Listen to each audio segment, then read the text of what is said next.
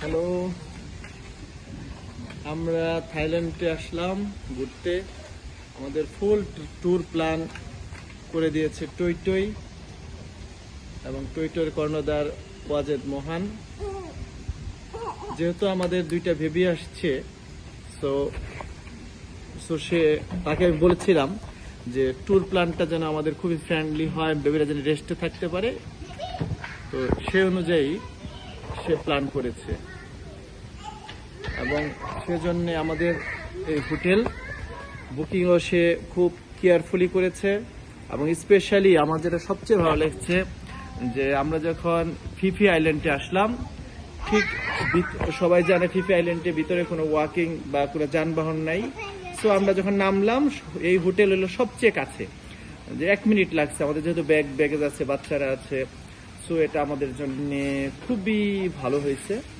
Specially ফুকেটে এসে two নাইটের আমাদের ব্যবস্থা করছিল, সেখানেও নাইস একটা হোটেল অ্যারেঞ্জমেন্ট, এবং হোল ফুকেটে কোথায় কোথায় ঘুরলে আমাদের ফ্যামিলি সহ যেটা ভালো হবে সেটা সে প্ল্যান করে দিয়েছে।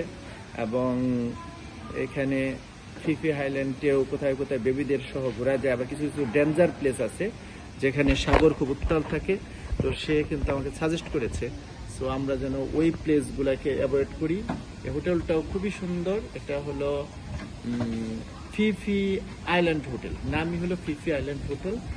সো বেবিরা কিন্তু আমাদের সে ট্রিপ প্ল্যান করতে যেটা সবচেয়ে প্রায়োরিটি দিয়েছে। আমরা যেহেতু সে আমার ফ্রেন্ড, তাকে আমি বলছি যে আমার বেবিরা যেন অসুস্থ না হয়, যেহেতু 2 বছর একজন, আরেকজনের 5 ইয়ার্স। সো তারা যেন সবসময় সতেজ থাকে, সেটা যেন মাথায় রেখে, তারা যেন পর্যাপ্ত রেস্ট পায় সেটা মাথায় রেখে সমস্ত ট্যুর প্ল্যান সে করেছে। এবং স্পেশালি ফেরিউতেও আমাদের ওইভাবে কনভিটাল টাইম, আমরা দুপুরে একদম 1:45 সকালে বাচ্চারা ঘুম থেকে রাত্রে যেহেতু একটু দেরিতে ঘুমাইতে যায়, ঘুম থেকে উঠে 1:45 চলে আসছি। আবার ফিফিতে আমাদের ব্যাক ফেরি 11টায়, কারণ যেহেতু এখানে 11টায় আপনাকে হোটেল থেকে চেক আউট করতে হয়। ফিফিতে একটু ডিফারেন্ট রুলস, এখানে সব জায়গায় 12টা হলো, এখানে 11টায়। সো আমার এইখান থেকে আমি সকালে ব্রেকফাস্ট করে দেন ফেরিতে উঠে যাব অ্যান্ড ব্যাক করবো পকেটে। এবং আমি যখন থেকে এসেছি, সব কানেক্টিভ ফ্লাইটে ব্যাংকক থেকে ফুকেট চলে আসছি, দেন ফুকেটে এনজয় করে দেন 5 চলে আসলাম। এখান থেকে ডাইরেক্ট আমরা ব্যাংকক চলে যাব ফুকেট হয়ে। দেন থাইল্যান্ডেও আমার পুরো প্ল্যানটা সে ওয়াজেদ মোহন করে দিয়েছে।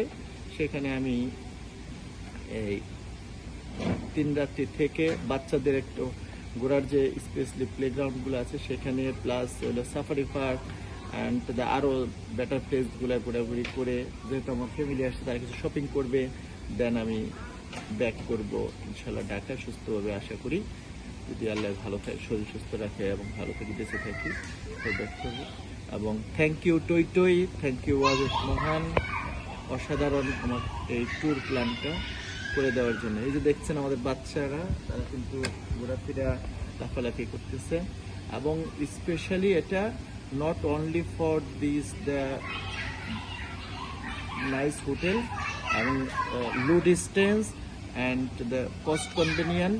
আর ঠিক এর পাশে এখানে অনলি ফর ওয়ান হালাল বা মুসলিম খাবারের হোটেল আছে, এবং এটাও অনলি ফর 1 থেকে 2 মিনিটস ডিস্টেন্স। এটা বিশাল এরিয়া ফিফি island, but the Muslim hotel, if you go to another the long distance area, then the back for the fort or Halaka fort, the coming here.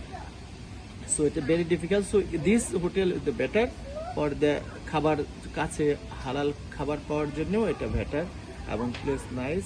এবং আমি মনে করি যারা থাইল্যান্ডে আসতে চায় অনেকেই, তো তার ফিফি আইল্যান্ডের আসা উচিত। এবং এটা একদম ডিফারেন্ট এক্সপিরিয়েন্স। এই জন্য টইকে ধন্যবাদ এবং ওয়াজেদ মোহনকে ধন্যবাদ। Thank you everybody.